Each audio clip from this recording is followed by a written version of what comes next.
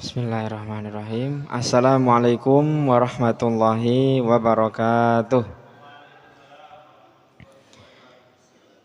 Alhamdulillahi wa kafa wa usalli wa usallimu ala sayyidina Muhammadinil Mustafa sayyidina wa maulana Muhammadin wa ala alihi wa sahbihi wa man tabi'ahu wa man wafa. Melanjutkan kajian kita Quran surah Ali Imran juz 3 ayat 40, 41, 42, 43 dan 44. A'udzu billahi minasy syaithanir rajim. Bismillahirrahmanirrahim. Qala rabbi anna yakunu li ghulamu wa qad balaghani al-kibaru wa imraati aqir. Qala kadzalika Allahu yaf'alu ma yasha'. Qala rabbi ij'al li ayah. Qala ayatuka alla tukalliman nasa thalathata ayyamin illa ramza. Wadhkur rabbaka katsiran wasabbih bil 'ashiyyi wal ibkar. Wa idh qalatil malaikatu ya Maryamu innallaha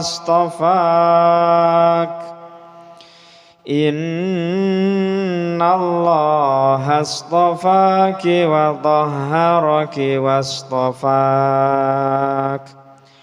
wastafaki ala nisa'il alamin. Ya Maryamu qunuti li rabbiki wasjudi warka'i ma'ar raki'in.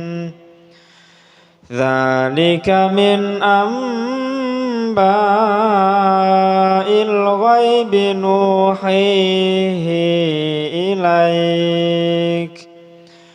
Wa ma kunta ladaihim idh yulquna aqlamahum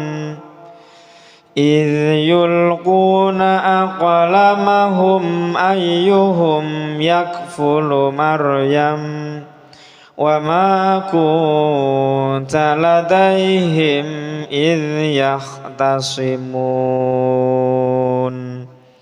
Sadaqallahul adzim.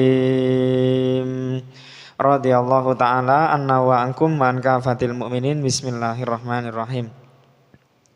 Qala rabbi anna yakunu li gulamu wa qad balaghaniyal kibaru wa imraati aqir.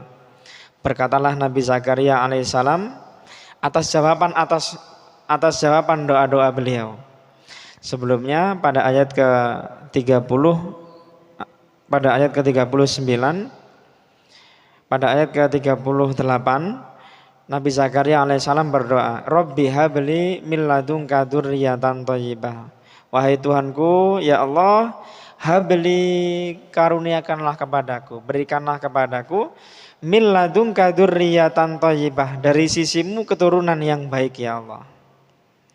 Innaka sami'ud du'a, sesungguhnya engkaulah zat yang maha mendengar terhadap doa-doa hambanya.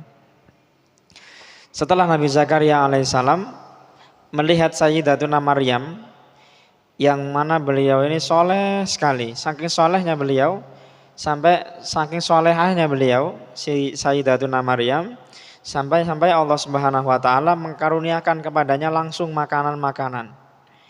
Ya, seharusnya musim panas tapi Allah berikan buah musim dingin. Seharusnya musim dingin tapi Allah Subhanahu wa taala karuniakan buah-buah musim panas. Ketika Nabi Zakaria alaihissalam melihat kejadian ini, maka Nabi Zakaria alaihissalam pun mendapatkan hidayah. Ya. Bagaimana seorang Maryam saja bisa mendapatkan begitu banyak sekali karunia dari Allah. Ya, bukan hanya karunia yang logis ya, yaitu yang bisa dipikirkan oleh akal pikiran, bahkan yang enggak logis pun Allah berikan. Ya. Kalau begitu, ya karena melihat hal ini maka Nabi Zakaria alaihissalam pun berdoa kepada Allah. Rabbi habli min ladunka dzurriyyatan thayyibah. Wahai Tuhanku, ya Allah, berikanlah kepadaku, karuniakanlah kepadaku keturunan dari sisimu yang baik ya Allah. Karena solehnya Nabi Zakaria alaihissalam, karena keyakinan beliau kepada Allah Subhanahu wa taala, fanadathul malaikah, maka Allah Subhanahu wa taala mengutus malaikat ya untuk Nabi Zakaria alaihissalam, wa huwa qaimun yusalli fil mihrab. Ya, kemudian malaikat tadi itu menyeru kepada Nabi Zakaria, yang Nabi Zakaria saat itu sedang qaimun yusalli, sedang berdiri, sedang sholat. Di mana? Fil mihrabi, di dalam mihrab. Minggu lalu sudah kita bahas mihrab. Kalau untuk wanita biasanya mihrab ini berada di masjid belakang. Kalau masjidnya tingkat berada di atas. Kalau untuk laki-laki biasanya yang disebut dengan mihrab ini yang paling depan ya. Jadi baris pertama ini disebut dengan mihrab. Makanya kalau boleh kita lihat di masjid-masjid luar negeri ya, di Mesir ataupun di Turki itu, jadi karpet baris pertama ini yang paling bagus. Kalau karpet yang kedua, yang ketiga, yang keempat warnanya hijau, maka yang di depan warnanya merah. Kalau buat duduk empuk banget. Biasanya yang baru-baru yang bagus-bagus itu yang paling depan ya. Nah, ini yang disebut dengan mihrab. Wa huwa qaimun yusalli fil mihrab. Ketika Nabi Zakaria alaihissalam sedang berdoa di mihrab, sedang sholat di mihrab. Apa kata malaikat tadi itu? Annallaha yubashshiruka biyahya. Sesungguhnya Allah memberikan kabar gembira untukmu wahai Zakaria dengan kedatangan seorang anak yang bernama Yahya. Kemudian Nabi Zakaria alaihissalam yang mendengar hal ini pun ingin mencari tahu, mencari ilmu, mencari pengetahuan ya. Rabbi anna yakunu li gulam, kata Nabi Zakaria, bagaimana mungkin ya Allah aku akan mendapatkan seorang anak, mendapatkan seorang putra. Wa qad balagoniyal kibar wa imraati aqir. Dan sungguh telah menimpa kepadaku ini masa tua, wa imraati aqir, dan istriku sudah mandul ya. Diceritakan di situ Nabi Zakaria alaihissalam umurnya sudah 120 tahun. Sedangkan istrinya sudah berumur 98 tahun. Ya, sudah tua. Anna yakunu li gulam, bagaimana mungkin saya akan bisa mendapatkan anak ya Allah. Apa kata Allah? Qala kadzalika Allahu yaf'alu ma yasha. Seperti itulah Allah Subhanahu wa taala berbuat atau mengerjakan sesuatu atas kehendaknya.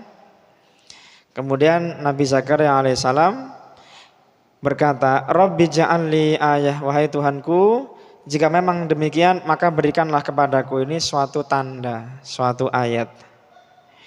Kemudian Allah Subhanahu wa taala berfirman, qala ayatuka alla tukalliman nasa salasata ayyamin illa ramza. Sesungguhnya ayat untukmu atas kedatangan Yahya ke dalam kandungan istrinya Zakaria, istrimu, alla tukalliman nas, bahwasannya nanti kalau memang istrimu jadi hamil, alla tukalliman nas, bahwasannya kamu tidak akan bisa berbicara dengan manusia. Berapa lama? Salasata ayyam, 3 hari. Illa romza, kecuali bahasa isyarat. Romza berasal diambil dari kata rumus. Rumus kalau di kita rumus ya. Rumus dalam berbicara ini kan berbuat. Ya. Ketika saya misalnya pegang gelas ini ya, entah saya pegang entah enggak saya pegang, kemudian saya melakukan gerakan seperti ini. Ini kan tandanya minum. Nah, seperti itu. Gerakan isyarat disebut dengan gerakan rumus karena dia gerakan dasar ya, bahasa dasar. Setidaknya manusia kalau nggak bisa menggerakkan lidahnya, dia masih bisa menggerakkan tangannya ya. Orang mau minum obat ya, bagaimana? ininya syaratnya seperti ini. Nah, seperti itu namanya bahasa isyarat ya, ramza. Wadhkur rabbaka katsiran wasabbih bil asyi wal ibkar. Ketika kamu nanti wahai Zakaria tidak bisa berbicara dengan manusia selama 3 hari, wadhkur rabbaka katsiran. Dan ingatlah kepada Tuhanmu secara banyak, wasabbih bil asyi wal ibkar, dan bertasbihlah kepada Allah bil asyi wal ibkar pada waktu sore dan waktu pagi hari. Wa idz qalatil malaikah, dan ketika malaikat berkata, nah setelah kejadian Nabi Zakaria alaihissalam berlalu, maka Allah kembali menerangkan kepada kita tentang kejadian Sayyidatuna Maryam. Wa idz qalatil malaikah, dan ketika malaikat berkata kepada Maryam, ya Maryam, innallaha astafaki, sesungguhnya Allah memilih kamu, bukan hanya memilih, wa tahharaki, dan mensucikan bagimu, wastafaki, dan memilih kamu ala nisa'il alamin, atas perempuan, atas wanita-wanita al-alamin, semesta alam. Ya. Sebentar lagi kita akan bahas memilih dari segi apa di sini.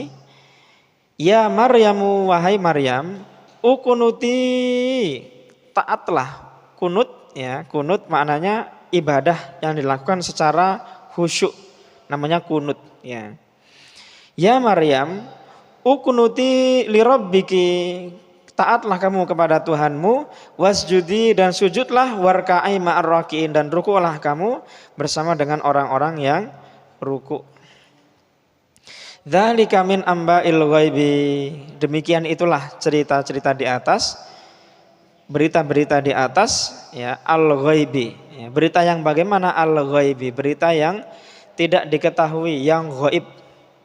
Apabila Nabi SAW diberikan suatu berita yang mana berita itu jarang orang mengetahuinya, bahkan dirinya sendiri nggak tahu. Nabi SAW ketika menerima wahyu dari Allah Subhanahu Wa Taala, bagaimana kondisi beliau? Kondisi beliau ini buta huruf. Bagaimana seorang yang buta huruf bisa mengetahui sejarah-sejarah masa lalu? Dzalika min amba'il ghaibi nuhihi ilaik. Bahwasanya berita-berita yang Allah Subhanahu Wa Taala berikan kepada Nabi tadi itu sebagai suatu pertanda bahwasanya Allah Subhanahu Wa Taala mengutus Nabi untuk menjadi Rasul. Wa ma kunta ladaihim, dan tidaklah kamu ini wahai Muhammad adalah orang yang bersama mereka, idz yulquna aqlamahum, ketika mereka melemparkan pena-pena mereka. Jadi ketika sudah diketahui Maryam ini akan dititipkan kepada Masjid Baitul Maqdis, maka orang-orang soleh di sana mereka ini berebut untuk mengasuh ya, ataupun mereka ini berebut untuk melayani Maryam ya.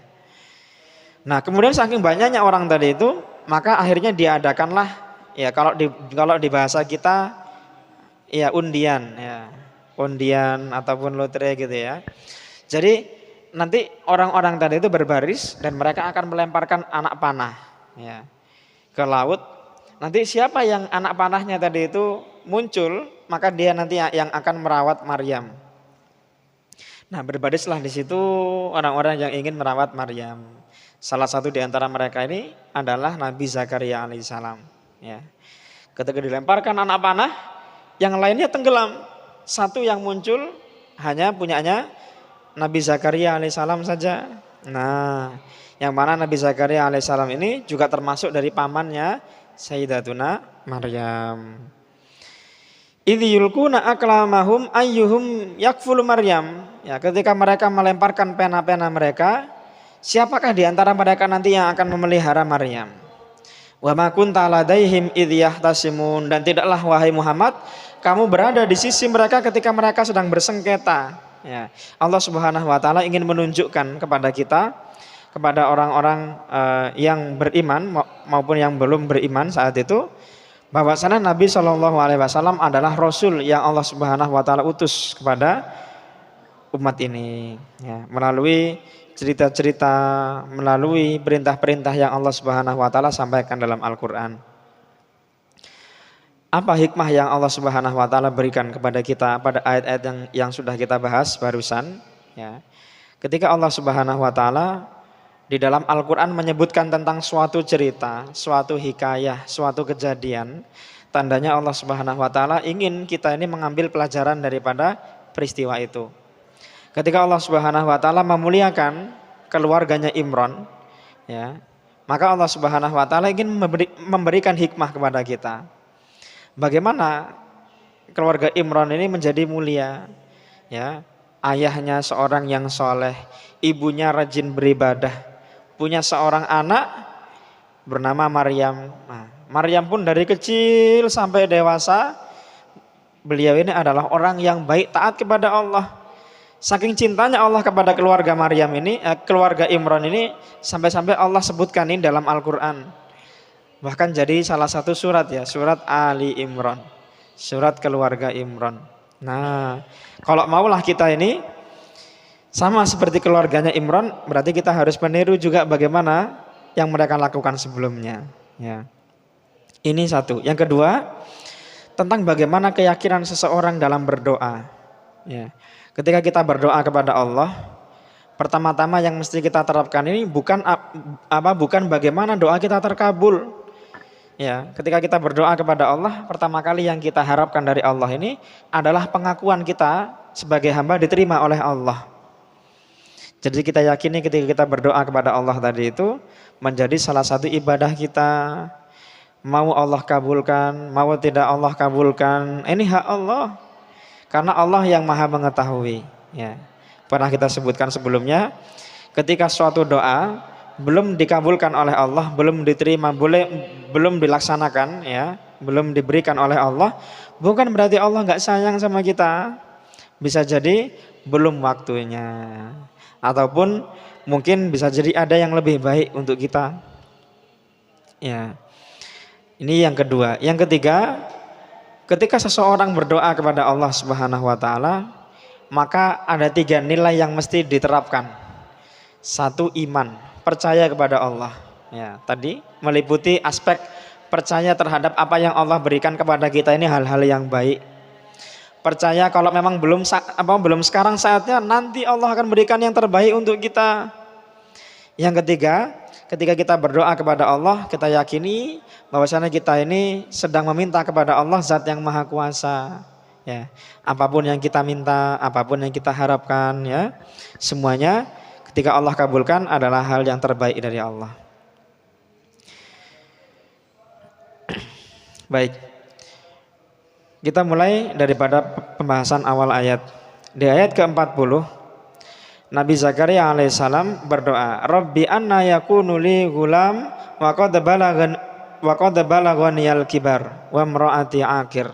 Wahai Tuhanku, bagaimanalah akan menjadi untukku seorang anak, wa qad balaghaniyal kibar, sedangkan aku ini sudah ditimpa masa tua, wa imraati akir, dan istriku ini sudah mandul, ya Allah. Ya, kalau dilihat secara logika, mungkin Nabi Zakaria ini sudah nggak bakalan punya anak.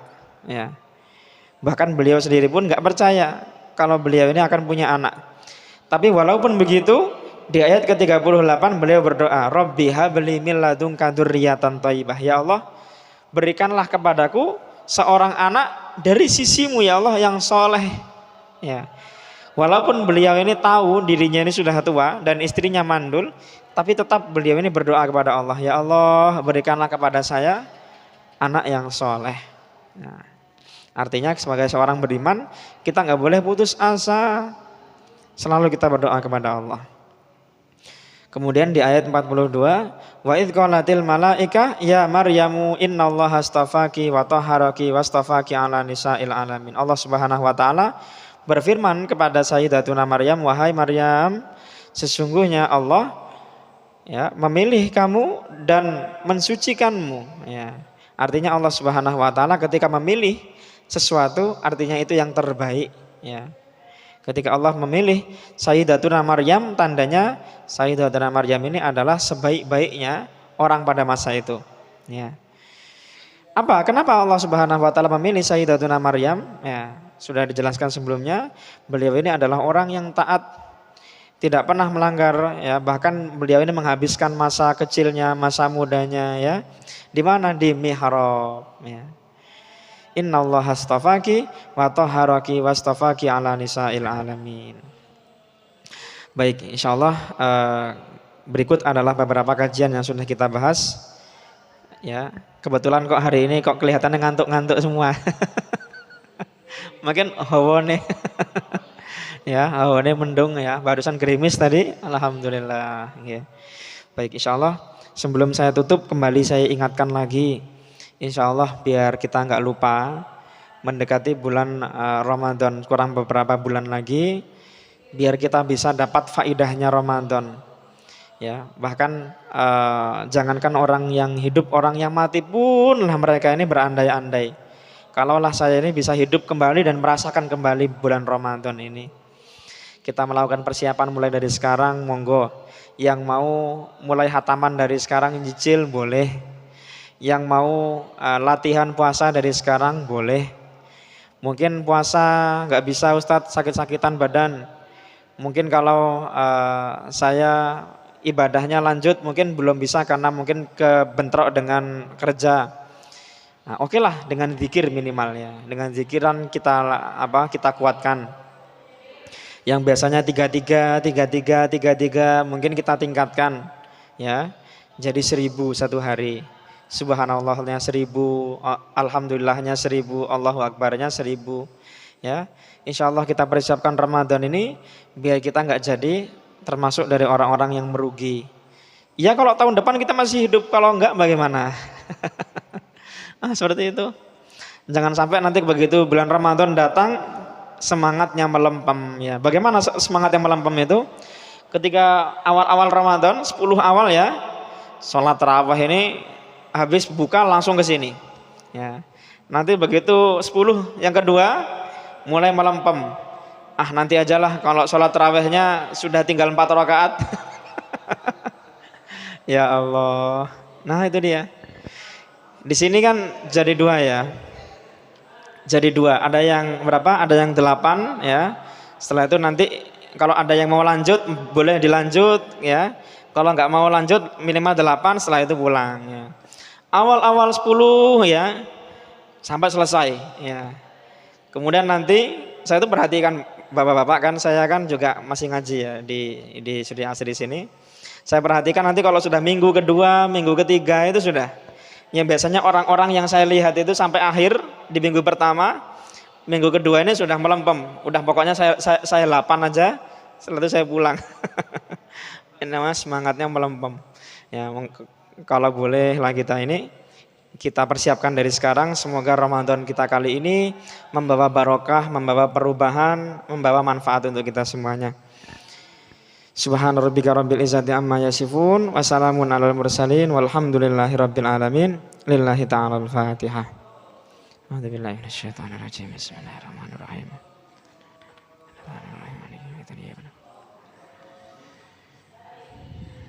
Wassalamualaikum warahmatullahi wabarakatuh. Bismillahirrahmanirrahim.